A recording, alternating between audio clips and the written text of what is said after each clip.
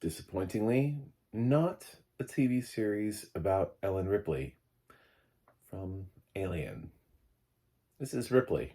It's currently on Netflix, and it has audio description.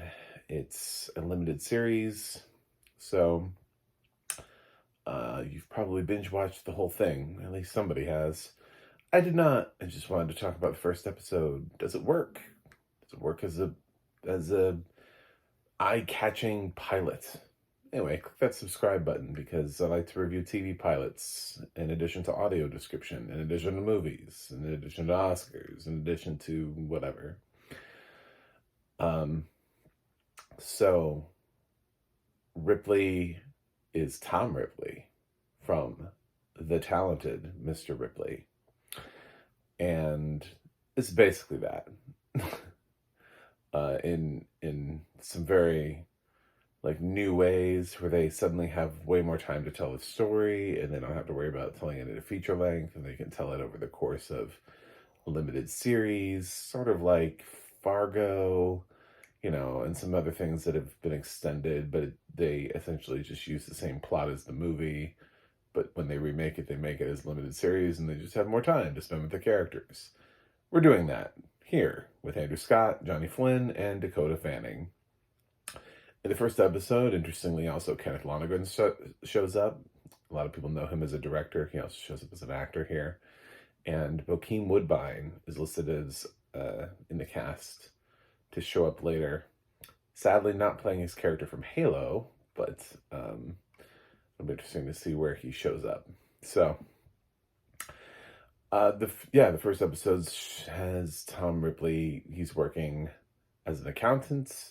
He gets an invite to meet with this Mr. Greenleaf, who has a proposition for him. A very important proposition. And Tom Ripley at first is like, I like my job. No. Then he ends up going anyway. And takes the meeting, finds out. They're like, oh, hey, Tom, yeah, our son, Richard, he's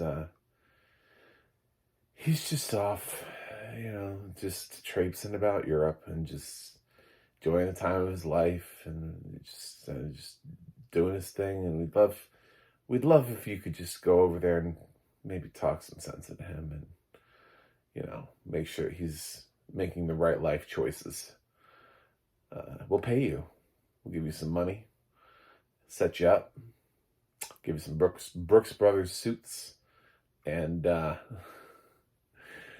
send you on your way. So Tom accepts. He accepts all of the swanky clothes, and then jets off to Italy for a language he doesn't speak, to see a guy he only sort of knows, and his new girlfriend. Obviously the guy Dickie is played by Johnny Flynn, and the girl that would have been played by Gwyneth Paltrow is played by Dakota Fanning. So times have changed. Anyway, I think Dakota Fanning was like 6 when Talented Mr. Ripley came out in theaters. Anyway, it is exactly what I thought it was, and it's just how much do you like Tom Ripley and the story and the exploration of the character, stretching it out over time. I think at least in the first episode, it doesn't overstay its welcome. It has a very interesting first episode that works rather well within the time frame. It sets up Tom Ripley pretty solidly as a character. It does flash forward to a more nefarious point in time without giving you any context of how we get there or when we will get there. But for those people who are more familiar with the character, it's not really a surprising flash forward.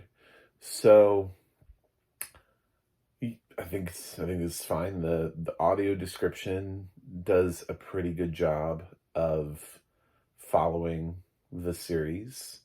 I don't have a problem with either the narrator's tone or the written script. If I could which I can't because, again, the whole thing is on Netflix. But if I was here at all, the only thing I would say would be maybe lean in a little bit more into the opulence, because this is a series about wealth and um, also being in a foreign country and enjoying that sort of lifestyle, and kind of bringing us in a little bit more on that is only going to flesh out the overall themes and ideas and the feelings that Tom has about wanting to sort of never leave this lifestyle. Anyway, so those are the general thoughts on the series. If I had a thought for the series, I would say there's one scene I would cut, and it just doesn't make any sense. It just doesn't fit with the series. Um, he writes a letter to his aunt, who we haven't seen because, again, it's the first episode, so we don't really have any context. But he writes a letter to his aunt saying, you know, as you may have noticed, I haven't cashed the last check, and I'm leaving to go to, and I don't need your judging money with your thoughts and ideas and stuff. And he writes some letter, and then we see the lady in the chair, and she seems to be like surprised by the dental work that she's about to have done. And I'm just like, I don't know what this scene is trying to do here, but it's totally unnecessary. The whole thing, the whole episode could have like happened without that. It just, you wanted me to have some sort of connection to a character that didn't exist until he mentioned her. And then he's not even doing the thing to her. You know, it's not like Tom Ripley disguised himself as a dentist and like went in and was like, I'm going to remove your teeth now. No, nothing like that. He just goes in and writes a letter, and then it also just juxtaposes it against this scene of her at the dentist. It's useless. It doesn't do anything.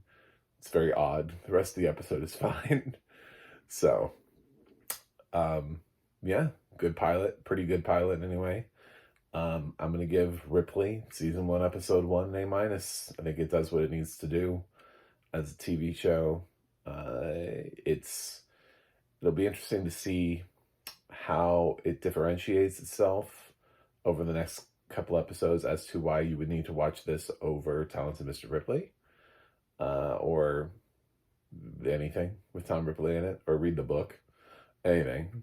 Like, literally, how is this different in any form or media? But you could say that about anything that's been done multiple times before. But you know, sometimes they can coexist. Sometimes, you know, the TV show Fargo is good and the movie Fargo is good. So, what do you do with the material? That's what matters. Anyway, thanks for watching. Thanks for subscribing. And I will review something else and see you guys on the other side.